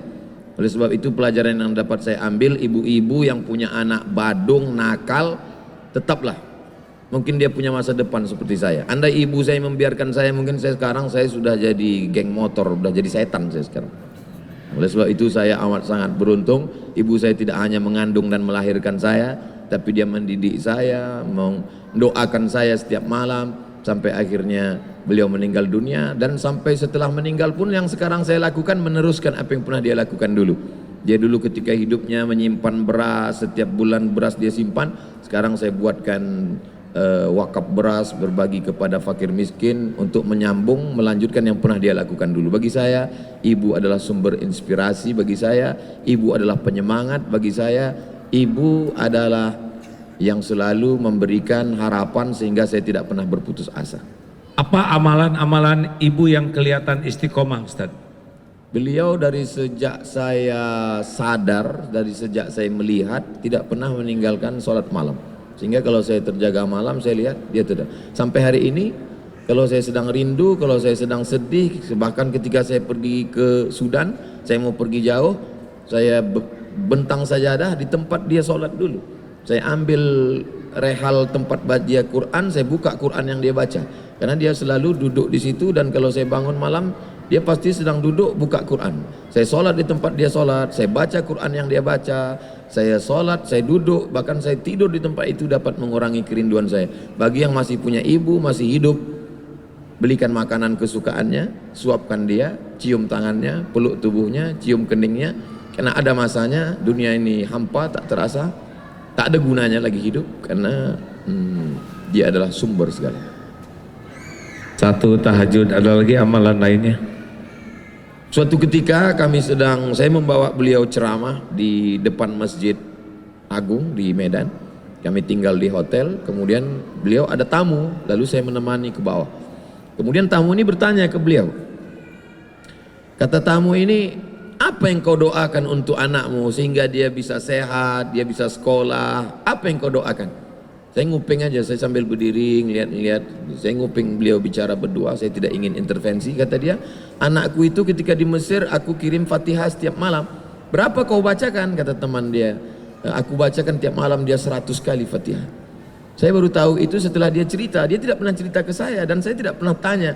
Baru saya paham sesungguhnya apa yang sedang saya terima saat ini adalah doa dari ibu saya. Maka ketika dia meninggal dunia, saya pikir keberuntungan hidup saya sudah selesai. Tapi saya pikir Allah masih sayang, doa-doa dia yang lama masih ada yang tersisa sehingga Allah masih kabulkan, Allah masih buat saya sehat, Allah masih kasih saya hidup, Allah masih berikan keberkahan untuk saya. Kalau ingin hidup kita berkah, sayangilah ibu, ayah juga, jangan pernah lupakan kebaikan mereka. Masya Allah, tahajud, doa yang tidak pernah terputus. Beras, gimana tentang beras Ibu? Beliau selalu mengeluhkan uang belanja yang kau kasih itu, beliau ada kebun sawit, tapi saya tetap berikan belanja. Beliau selalu mengeluh, belanja yang kau kasih itu kurang, banyak tamu, tapi saya tidak pernah mengeluhkan itu. Rupanya setelah saya lihat-lihat, uang yang diberi itu dia belikan ke beras, dia bagi fakir miskin, dia bagi sewa rumah orang yang tidak mampu bayar rumah, dia bagi. Pantasan uang itu cepat habis. Maka setelah dia meninggal, apa yang dia lakukan dulu saya lanjutkan. Saya belikan pembagian sembako tiap bulan, lalu kemudian melanjutkan apa yang pernah dia buat dulu. Saya ingin agar itu mengalir, dan saya berharap Allah Ta'ala memberikan ampunan, menempatkannya tempat yang terbaik dan memudahkan segala urusan hidup saya dan keluarga dan umat, insyaAllah. Masya Allah, hadirin, sholat termasuk qiyamul lail, kekuatan doa orang tua yang istiqomah, dan juga sodakoh. Mudah-mudahan ini menginspirasi siapapun yang hadir. Amin. Sehingga kita jangan pernah tidak sabar terhadap anak-anak walaupun tidak sekolah 6 bulan, ya Ustaz? Benar? Walaupun tiap ganti-ganti sekolah, karena kita tidak tahu kapan Allah memberikan yang terbaik untuk takdir keluarga kita ini, ya.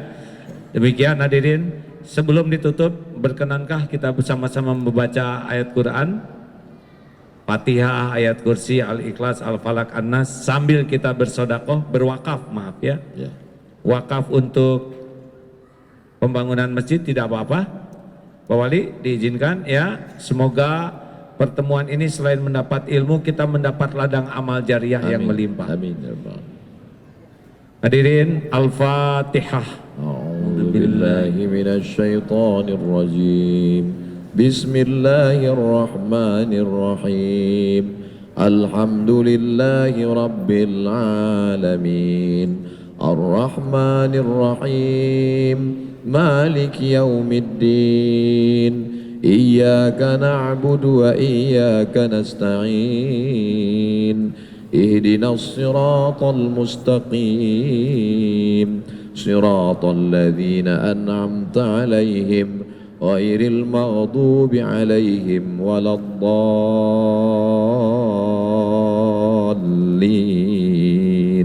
آمين.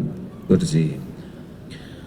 الله لا إله إلا هو الحي القيوم لا تأخذه سنة ولا نوم له ما في السماوات وما في الأرض من ذا الذي يشفع عنده إلا بإذنه يعلم ما بين أيديهم وما خلفهم ولا يحيطون بشيء من علمه إلا بما شاء وسع كرسيه السماوات والأرض ولا يؤوده حفظهما وهو العلي العظيم. Kelas Al-Falaq, An-Nas, mari. بسم الله الرحمن الرحيم. قل هو الله أحد الله الصمد لم يلد ولم يولد ولم يكن له كفوا أحد. بسم الله الرحمن الرحيم. قل أعوذ برب الفلق من شر ما خلق ومن شر غاسق إذا وقب ومن شر النفاثات في العقد ومن شر حاسد إذا حسد. بسم الله الرحمن الرحيم. قل أعوذ برب الناس ملك الناس إله الناس من شر الوسواس الخناس الذي يوسوس في صدور الناس من الجنة والناس. Salawat. اللهم صل على سيدنا محمد وعلى آل سيدنا محمد. اللهم صل على سيدنا محمد وعلى آل سيدنا محمد. اللهم صل على سيدنا محمد وعلى آل سيدنا محمد. Masya Allah. Fadal doa Ustaz. أعوذ بالله من الشيطان الرجيم. بسم الله الرحمن الرحيم. الحمد لله رب العالمين والصلاة والسلام على أشرف الأنبياء والمرسلين وعلى آله وصحبه أجمعين. Amin ya Allah. Rabbana ighfir lana dhunubana, ampunkan dosa kami ya Allah. Dosa mata kami melihat yang tidak Engkau ridhai ya Allah. Wali abaina, ayah kami ya Allah, melepuh kulit mereka untuk menyarikan biaya sekolah kami, tak dapat kami balas budi baiknya ya Allah. Wali ummahatina, ampunkan dosa ibu kami ya Allah yang melahirkan kami meregang nyawa 9 bulan 10 hari, wahnan ala wahnin, lemah di atas lemah. Kalau dia masih hidup, panjangkan umurnya ya Allah. Sahih ajsadaha, sehatkan badannya ya Allah. Kalau dia sudah meninggal dunia, lapangkan kuburnya ya Allah. Allahumma ja'al qabraha radatan min riyadil jinan, jadikan kuburnya salah satu dari taman-taman surgamu ya Allah. Amin ya Allah. La taj'al qabraha hufratan min hufarin niran, jangan kau jadikan kuburnya salah satu dari lubang nerakamu ya Allah. Andai dapat kami memeluk tubuhnya yang rapuh, andai dapat kami cium tangannya, andai dapat kami cium keningnya, tapi semua kenangan itu tak dapat kami ulang kembali. Jadikanlah pemuda-pemuda kami orang-orang yang berbakti kepada orang tua ya Allah. Amin ya Rabb. Anak-anak kami, godaan mereka begitu besar, tantangan hidup mereka begitu kuat, maka perbaiki, Allahumma aslih syababal muslimin, perbaiki akhlak anak-anak muda kami ya Allah. Allahumma dafa'an al-ghala wal waba wal fahsya wal riba wal zina, selamatkan mereka dari pergaulan bebas, bersihkan mereka dari narkoba, sucikan mereka dari perbuatan maksiat dan dosa ya Allah. Dulu waktu mereka lahir, kami yang membisikkan ke telinga mereka, la ilaha illallah.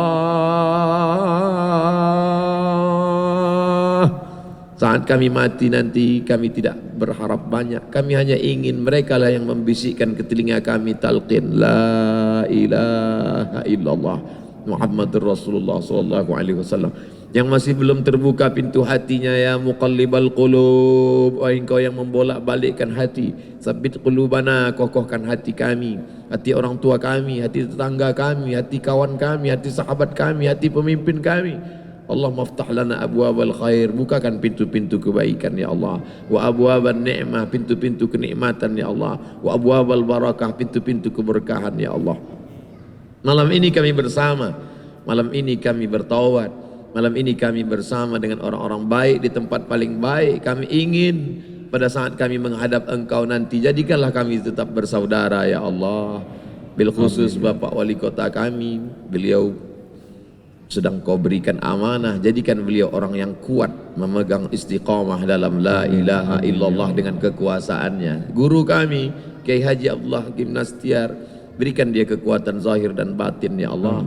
Sehatkan badannya, panjangkan umurnya, berikan keluarganya kesehatan zahir dan batin, jadikan anak-anaknya menjadi para penghafal Al-Quran. Allahumma ja'al abna'ana wa banatina min huffazil Quran wal hafizat, jadikan anak-anak kami menjadi para penghafal Quran ya Allah. Minal mujahidina fi sabilik, mereka akan menolong agamamu dengan harta dan nyawa mereka. Saat itu kami sudah tidak lagi ada di atas tanah, tapi terang kubur kami, lapang makam kami, karena doa mereka di tengah malam. Mereka akan bermunajat, Rabbil firli wali walidayya warhamhuma kama rabbayani saghira. Kami rindu kepada Rasulullah. Tiap malam kami berkata assalamu alayka ayyuhan nabiyyu wa rahmatullah wa barakatuh. Allahumma jma'na ma'al habibil mustafa fi jannatikal ula. Kami tak layak masuk ke dalam surgamu, tapi juga kami tak kuat masuk ke dalam nerakamu. Maka berikan kami syafaat agar kami dapat berjumpa dengan Rasulullah sallallahu alaihi wasallam. Amin ya Allah. Tangan kami yang banyak dosa tak layak berjabat tangan dengannya. Mata kami yang banyak maksiat tak layak melihat cahaya pancaran dari wajahnya. Hati kami yang banyak dosa tak layak untuk dapat bersentuhan kulit dengan kulitnya. Tapi kami selalu berharap, ya Allah, temukanlah kami dengan Nabi Muhammad sallallahu alaihi wasallam. Allahumma barik lana fi arzaqina, berikan berkah pada rezeki kami sehingga kami bisa berhaji ke Baitullah. Berikan kami berkah pada rezeki sehingga kami dapat berkunjung ke makam Rasulullah sallallahu alaihi wasallam. Allahumma ja'alna minal mutahabbina bijalalik. Malam ini kami berkumpul di rumahmu, kami bersatu bukan karena kepentingan politik. Kami berkawan bersahabat bukan karena jabatan dan harta. Kami ingin berteman karena Engkau ya Allah. Maka beri kami naungan di antara mereka yang mendapatkan naungan singgasana arasmu. Karena yang mendapatkan naungan itu hanya orang yang berkasih sayang karena Engkau ya Allah. Masukkanlah kami orang-orang yang Kau cari di padang mahsyar. Ainal mutahabbuna bijalali. Mana orang yang dulu berkasih sayang karena aku, sahabat-sahabat kami, teman kami yang dulu pernah membuat kami tenang, yang dulu pernah membuat kami bertobat, yang dulu pernah menolong kami. Saat ini mereka tidak lagi ada bersama kami. Lapangkan kubur mereka ya Allah. Jadikan anak mereka anak-anak yang soleh dan solehah ya Allah. Allahumma ja'al hadzal balada baladan aminan mutmainna. Jadikan negara kesatuan Republik Indonesia ini negeri yang aman, damai, tentram. Pemimpin-pemimpinnya jadikan mereka adil dan amanah ya Allah. Orang-orang kayanya jadikan mereka dermawan dengan titipan hartamu ya Allah. Ulama-ulamanya jadikan mereka pemersatu umat bukan memecah belah ya Allah. Satukan kami dalam ridhamu. Ilahana anta maqsuduna. Kami yang Kau maksud ya Allah. Engkau ridha kepada kami, ridhamu yang kami cari ya Allah. Wa adkhilnal jannata ma'al abrar. Masukkan kami ke dalam surgamu ya Allah. Rabbana atina fid dunya hasanah wa fil akhirati hasanah wa qina adzabannar. Allahumma ja'al akhir kalamina, jadikanlah akhir kalam kami ketika ajal kami tiba, saat malaikat maut mencabut nyawa kami, saat anak menantu kami berkeliling di samping jasad kami, yang terakhir keluar dari mulut kami la ilaha illallah Muhammad Rasulullah sallallahu alaihi wasallam. Rabbana atina fid dunya hasanah wa fil akhirati hasanah wa qina adzabannar. Wa sallallahu ala sayyidina wa maulana Muhammad wa ala alihi wa sahbihi wa sallam walhamdulillahi rabbil alamin. Amin ya Allah ya Rasulullah. Ya Allah ya Hayyu ya Qayyum bi rahmatika nastaghits. Amin. Ya Allah, berikan kesembuhan jamaah yang sedang sakit ya Syafi. Berikan kelapangan yang sedang dihimpit kesulitan ya Allah. Berikan kecukupan bagi yang sedang kekurangan ya Karim. Ya Allah, karuniakan kepada kami nikmat iman, nikmat ibadah, nikmat doa yang Engkau ijabah, nikmatnya berakhlakul karimah. Ya Allah, karuniakan kepada kami hati yang selalu ingat kepadamu, tubuh yang selalu patuh padamu. Karuniakan kepada kami hati yang merasakan indahnya cinta ya Allah, cinta kepadamu, cinta kepada Rasulmu. Ya Allah, golongkan kami menjadi hamba-hambamu yang selalu merasakan rindu, rindu ingin bertemu denganmu ya Allah. Golongkan kami menjadi orang yang merasakan rindu ingin berjumpa dengan Rasulullah. Allahumma shalli ala sayyidina Muhammad. Amin ya Allah. Ya Allah, Wahai yang Maha mendengar, catatkan siapapun yang hadir ini menjadi ahli surga. Amin ya Allah. Amin. Jangan biarkan satupun di antara kami menjadi ahli neraka-Mu. Na'udzubillah. Ya Allah, Allahumma gfir lana wali walidina amhum kama rabbawna shighar. Amin. Ampuni ya Allah ibu bapak kami. Amin. Ampuni guru-guru kami. Amin. Ampuni orang-orang yang berbuat baik kepada kami. Ampuni hamba-hambamu yang pernah kami sakiti. Ampuni hamba-hambamu yang pernah menyakiti kami. Allahumma ighfir lil mu'minina wal mu'minat wal muslimina wal muslimat al ahya'i minhum wal amwat. Ya muqallibal qulub tsabbit qulubana ala dinik. Ya Allah, jangan cabut nikmat iman kami ini ya Allah. Istiqomahkan kami ya Karim. Allahumma inna nas'aluka imanan kamilan. Allahumma inna nas'aluka taubatan nasuha wa taubatan qoblal maut wa rahmatan indal maut wa maghfiratan ba'dal maut. Allahumma hawin alaina fi sakaratil maut. Allahumma inna nas'aluka husnal khatimah wa na'udzubika min su'il khatimah. Rabbana atina fid dunya hasanah wa fil akhirati hasanah wa qina adzabannar. Subhana rabbika rabbil izzati amma yasifun wa salamun alal mursalin walhamdulillahi rabbil alamin. Alhamdulillah ya Allah. Terima kasih kepada guru kami ulama, Pak Majelis Ulama, Pak Wali dan seluruh jajaran dan sahabat sekalian. Kita tutup doa akhir majelis. Subhanakallahumma wa bihamdika asyhadu alla ilaha illa anta astaghfiruka wa atubu ilaik. Assalamualaikum warahmatullahi wabarakatuh. Itu